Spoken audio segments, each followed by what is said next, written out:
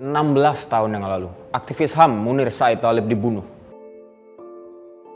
Munir tewas dalam penerbangan ke Amsterdam pada 7 September 2004, 2 jam sebelum pesawat mendarat di Bandara Schiphol, Amsterdam. Hasil otopsi kepolisian Belanda dan Indonesia menemukan bahwa Munir tewas karena racun arsenik. Pada 23 November 2004, Presiden Susilo Bambang Yudhoyono membentuk tim pencari fakta.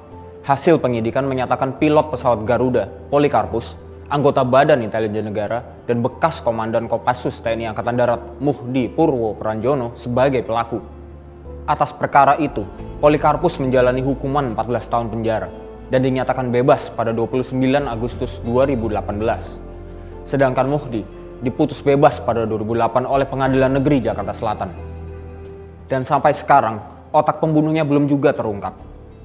Dokumen hasil investigasi yang berisi nama-nama pelaku diserahkan secara langsung kepada Presiden SBY pada 24 Juni 2005. Namun dokumen itu tidak pernah dibuka ke publik. Putusan PT UN Jakarta menyatakan dokumen laporan akhir TPF itu tidak dikuasai pemerintah, sehingga tidak ada kewajiban untuk mengumumkannya kepada publik. Tiba-tiba, dokumen hasil penyelidikan TPF itu hilang. Hilangnya dokumen ini baru diketahui pada tahun 2016. Rezim berganti. Koalisi masyarakat sipil penggiat hak asasi manusia mendesak pemerintahan Jokowi segera menemukan dokumen resmi laporan TPF Munir dan mengungkapkannya kepada publik, serta menindaklanjuti semua hasil laporan tersebut. Kini, sudah periode kedua pemerintahan Jokowi, istana tak kunjung mengungkap kasus Munir. Masalahnya, cara-cara kotor membungkam para pegiat hak asasi manusia tak kunjung berhenti. Sampai detik ini, aktivitas para pembela HAM tetap dibayangi dengan berbagai ancaman. Intimidasi, penangkapan, dan penahanan secara sewenang-wenang, serta penyerangan melalui platform digital terus terjadi. Kontras mencatat, selama Januari hingga Juli 2020, terdapat 57 kasus teror terhadap pembela HAM. Menurut Koordinator Kontras, Fathia Maulidianti, hal tersebut terjadi karena tidak ada regulasi yang melindungi kerja para pembela HAM. Ditambah lagi, dengan stigma kepada pegiat HAM sebagai pembangkang dan pengkhianat negara.